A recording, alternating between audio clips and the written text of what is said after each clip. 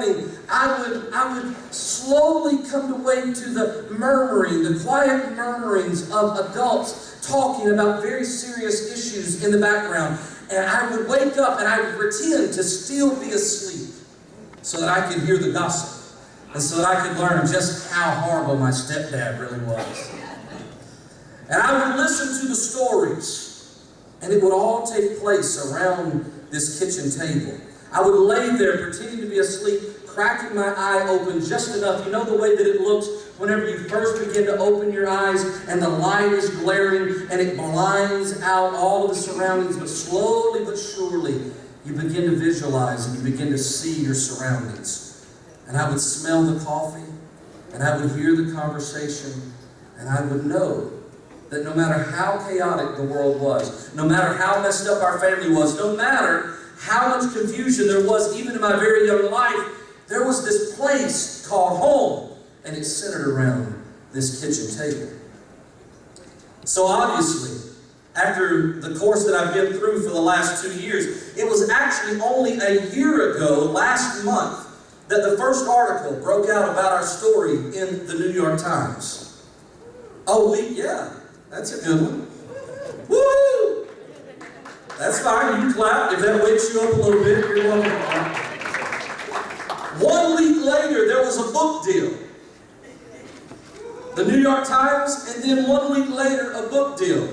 And I was excited about it because I knew that there was this story to tell. I knew that I wanted people to feel and to sense this journey that I've been on and why people do what they do and how it is that you can grow to the ripe old age of 42 and still believe things, but then yet change your mind and risk your entire world and risk your home and risk not being allowed to comfortably sit at the kitchen table anymore. No longer able to stand in the axis in the center of the universe the way that you once did. Because home creates this wonderful, this magical feeling. Maybe your home life wasn't that great, but I'm sure you can still understand whenever I say the word home with such affection. Maybe in some cases with such fantasy. Home is a place of acceptance. Home is a place of safety. Home is a place where you're wanted. Home is a place where you're valued. Home is a place where you're missed when you're not there. And so, like many of you, I risked the idea of home in order to be true to myself. So the book deal is made. And within a few weeks, the publishing process, this wonderful, light and fluffy, exciting process called publishing begins. And the first thing that happens, everyone had been lovely and friendly and accepting. They felt kind of like home. They were valuing the story. They were wanting me to tell my story. Everything is light and fluffy and wonderful in the publishing world. And suddenly I get a call and they say, Jerry, we need to talk to you about something. We've been talking here in the office, and we're not so excited about your title. We want to come up with a title. Now you're going to be surprised to know this, but the title of the book, Hope After Faith, wasn't my idea. They came up with the idea of Hope After Faith. And when they told me, it is the most angry that I have been in my adult life. I became so angry at this idea that they had come up with the title of this book. Literally, I must be stroke-proof. Because I cussed and fussed and slammed things around and broke items and had such a conniption that my son, many of you have met him, Paul Aaron, literally had to hold me up and say, it's going to be all right. I was so angry at this idea of hope after faith. And at first, I thought the reason that I was angry about this idea was because it just sounded like another atheist book to me. And I didn't want to tell just another atheist story. I wasn't interested in creating some deconversion tool. Instead, I wanted all of you to come home with me. And so I had a different idea altogether. But what was really going on down on the inside was this title, Hope After Faith. When I would hear those words, I had to recognize that I moved away from faith, but I had yet to truly find hope. That's just a year ago. Now we can brag, especially whenever it's just among friends, and we can pretend that we've got all the answers and that we've got it all figured out and that it's all so easy and simple, but we know that's not really true. We know that life is still complicated. Life's complicated whether you add gods to your life or not. And life can still be very complicated when you take gods out of the equation. When you take mythology, when you take religion away, it's still very complicated. There's still relationships. There's still this damn kitchen table that I'm no longer allowed to sit at comfortably. And so I felt like to try to come up with this hope after faith was pushing the issue because I had yet to discover what the hope was. Oh, it's fine to say I'm no longer bound up by religious obligations. I'm no longer being led astray by superstition. But we all know that's not what we mean when we say hope. Just like whether or not you've ever had the type of home life that I experienced, or whether you've ever appreciated even the word home, you know home can have a greater meaning. And whether you've ever had hope or tried to embrace hope, you know that hope can have a greater meaning. You know that there's a way to say it. There's a way that you mean it. That in the darkest of circumstances, that just uttering that word, that there's still hope, is able to secure those broken hearts. That's able to bring the slightest smile even in emergency rooms. Just to say, don't worry just yet. Give it a little time. I know the doctors haven't diagnosed it. I understand that you don't know how it's going to work out. It's more than understandable that you don't know which direction your relationship's going to go. I know you've yet to find a job, but understand me. You're qualified. You've got some skills. You've got some abilities. Don't worry about it. There's still hope. Can I get a Darwin? Darwin! So there's something fantastic about this word hope. And I felt like to just stick it on the cover of the book when I had yet to find it, for a lack of better words, was almost blasphemous. And so I wrote the book pretending that that was not the title. And I brought you home with me. The audiobook's now out. It's been produced by Dogma Debate, LLC. Thank you. And I tried even harder, because it was my own voice, I tried even harder to bring you home with me. I don't necessarily talk about the table, but you get to sit at the table with me in all types of circumstances. And so we sent the draft off to the publisher. And they called back and they said, man, this is great. This is wonderful. Thank you so much. You've written the subtitles so well. An ex-pastor's journey from belief to atheism. Congratulations, you're almost done. They said, but we don't see a whole lot of hope yet. And I remember at probably about midnight on a Skype call with my co-writer, he said, well, what are we going to do? I said, I don't know, because I don't know where the hope's at. I don't know where the hope's at. The title of today's talk, and I won't be much longer, is that home is where the hope's at. When I think of home, I think of the great state of Louisiana. You don't have to love it for me, you can love it for Margaret.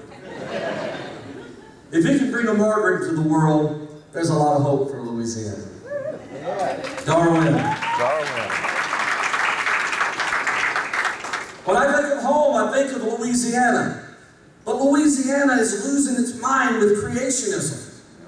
The governor is so easily taking our education system completely off track, and we're now setting the standard for ignorance. Raising the bar, if you will. Or lowering. And so then I think a little more clearly, I say, well, it's not so much Louisiana that's home, but it's Beauregard Parish. That's right, we call ours parishes, you call them counties. We forgive you. But Beauregard Parish, the administration over Beauregard Parish, are the same people that bullied my best friend, my boss at the time, into firing me because of the few things at that time you could Google and find out about me on the internet. So that's Beauregard Parish. So maybe that's not quite home either. Maybe it's this little wood frame home with a tin roof that possesses this wooden table that we would bounce back and forth to for years. Maybe that little structure is home. Maybe it's the smell of grandmother's cooking. Maybe it's the memory of my grandfather's recliner sitting in the corner and him wearing his white t-shirt and his blue mechanic pants with his legs crossed and one leg thrown over the arm of the chair watching television. Maybe it's that. Maybe it's that little piece of pipe that is still stuck in the ground that once held the longer pipe that positioned the antenna. That I would go out at night and spin that pipe. Has anybody ever turned an antenna? Now we can preach a little bit. Hearing my grandfather's voice penetrate the dew throughout the night, saying, "That's good. Whoa, whoa, whoa, whoa, whoa. No, go back, go back, go back." There's this thing called inertia, Grandpa. Maybe that place is home. But it's not. And I want it to be so damn bad. But it's not. Because Papa's been dead now for over 20 years. And nobody lives in that house. My grandmother, the Pentecostal matriarch of our family, now lives in a double-wide trailer next to it under the supervision of my mother. And so that fortress of solitude, that place of safety, the center of the universe, has now been turned into a perpetual garage sale. And so that's not home. So maybe home is closer to home. Maybe home, y'all stay with me for a moment. I'm going to try to be tough through this. Stay with me. Maybe home is in a relationship that I've had for 23 years. Maybe it's between me and this other southern gal. Maybe there's the place of acceptance. Maybe there's the safe place. Maybe that's the place where I'm valued. Maybe that's the place where I'm wanted. Maybe that's the place where I'm missed. But it's not. It's not home anymore. She's gone.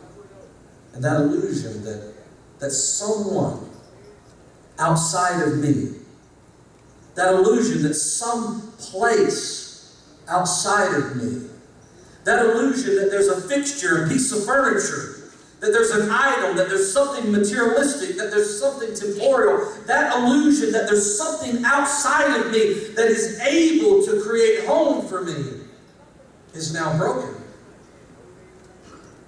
And I know it sounds as if I'm violating the 2 requests that I've been given. I've yet to get out and walk among the tables, but thank you all for showing up. There's hardly room. And I also know that I'm not necessarily revving you up, but like any good message, we haven't gotten there yet. I thought that would be home. And I thought it would be home for forever. But even those most intimate relationships aren't home. And so, as I sat on the Skype call with my co-writer, and I'm pissed off because I've got this crazy book named Hope After Faith, and I don't feel any hope. I'm trying to figure out, where is hope? What creates hope? What is this source of hope? You want to tell me I'm supposed to be excited because I now know that I'm going to die and not live forever, and this is my one life? Give it everything you've got. Well, that might be great if the light bill wasn't still due. That might be great if everyone around you accepted you, loved you, valued you, made you safe, wanted you, or missed you when you were gone. But that was no longer the case either. What I want to share with you this morning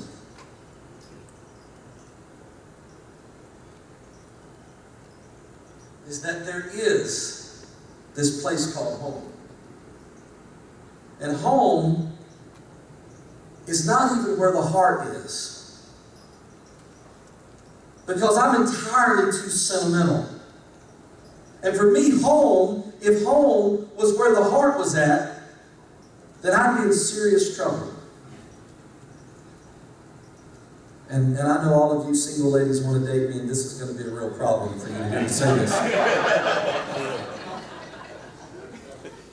But in a lot of ways, my heart is still with that other Louisiana lady. And that's no longer home. In so many ways, my heart is even still with the congregations that I pastor. I will admit to you, because what the hell can you do to me now, that on Sunday mornings, when for some crazy reason I am up around church time, when I drive by the filled parking lots of those past churches, I miss them. And if home was where the heart is, I would be in trouble, because my heart is still sitting on those pews. Even more so, my heart is still behind those pulpits. I'm sorry, you lifelong atheists, you don't know what the hell you're talking about. These people are intelligent. These people are sincere. Yes, as David Silverman said yesterday, they are victims. Can I get a darling? Wasn't the biggest Darwin ever got, but it's okay. It's her, exactly. So if I was looking for home where the heart was at, then I would be in trouble. And what good would I be speaking on a Sunday morning if I didn't quote at least one scripture? I would be able to agree with the Apostle Paul. Of all men, I would be most miserable if home was where the heart's at. But I've got news for you. Home isn't where the heart's at. Because we're growing up. I'm growing up. Having everything stripped away, family, friends, finances, favor from a community that I've worked within my entire adult life, having all those things stripped away and no longer being allowed to sit at that kitchen table with any sense of comfortableness. Having all of that stripped away has forced me to grow up. It's forced me to mature. It's forced me to look in directions that I would have never willingly looked at. And what you need to understand this morning is that home is not even in a movement. Because home has to be stationary. It does have to be the very center of your world. And a movement is in movement. It can't be stationary. It is evolving in the marketplace of ideas. It's always changing. And if you feel like it's home one moment, just give it a couple of more blog posts and it may not feel like home. But that's not a problem. Stay with me for a minute. That's not a problem. That's not a problem. That's the answer. You've got to understand that the answer is not in solving the problem. The answer is in asking the question. It's not in nailing the movement down. It's not in determining that it's us four and no more and that this is the only way to do it. That smells a whole lot like of what I've been stepping in for 25 years. What makes us special, what makes a real home is where you find hope. Because home is where the hope is. Home is where the hope is. You're with. And no matter how much of a romantic you are, it's not in that other person. It's not in a spouse. It's not in children. It's not in movement leaders. It's not in your favorite book. It's not in any particular location. It's not even found around Momo's kitchen table. But hope exists within you. You are the hope. You are your own home. And nobody can take it away from you. You better preach with me. It's whenever everything gets stripped away from you. It's whenever you no longer even feel comfortable within your own movement that you're able to look yourself in the mirror and say, Jerry DeWitt, I accept you. Jerry DeWitt, I love you. Jerry DeWitt, you're safe with me. Jerry DeWitt, I value you. And Jerry DeWitt, when this life is over, if it's possible, I will even miss you. Because that's home. This is your home. You, right here, right now. Atheism is just the beginning of self-revelation. Atheism is just the first step. It is one of the most important steps that we can take to free ourselves from a culture of illusion. Of a culture that ties us down. Each and every one of us possess a personality, a uniqueness that's like a hot air balloon that's been chained down by our culture, that's been chained down by ideas that we've inherited from people that don't even know that we're alive. But that's not our home. Our home is in the clouds. Our home is to scrape the top of the atmosphere and to experience what it means to truly be ourselves, to be ourselves fully. Home is where the hope is. It was fantastic. It was a fantastic moment when I realized that through all of the struggles that I had gone through all of the loss that I had suffered, and through all of the prayers that I thought were answered, prayers for strength, prayers for support, prayers to feel valued, it was fantastic to realize that those prayers were not answered from the outside. Those prayers were answered from the inside. It's the relationship I possess with myself. It's the love affair I have with me. It's the kitchen table of my own heart. You want to preach with me. I know, you just don't know how to do it. Whether you know it or not, you're within feet of my home. You're within feet of my birthplace. You're within feet of my well of hope. And I know it turns everyone off, and I know that so many of my Christian critics say, can you believe that tall, good-looking... Oh, it makes me so mad when y'all laugh.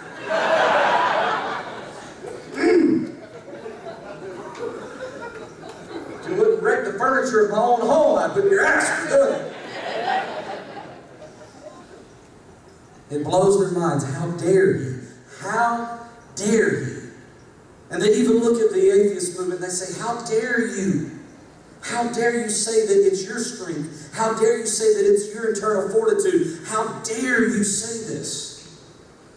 I say, how dare they give the credit to anyone or anything else?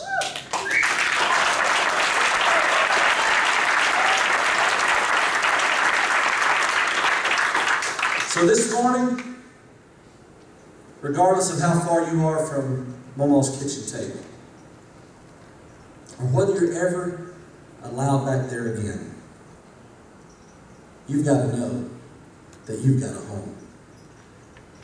You're at home. Because your home is where your hope is. Thank you.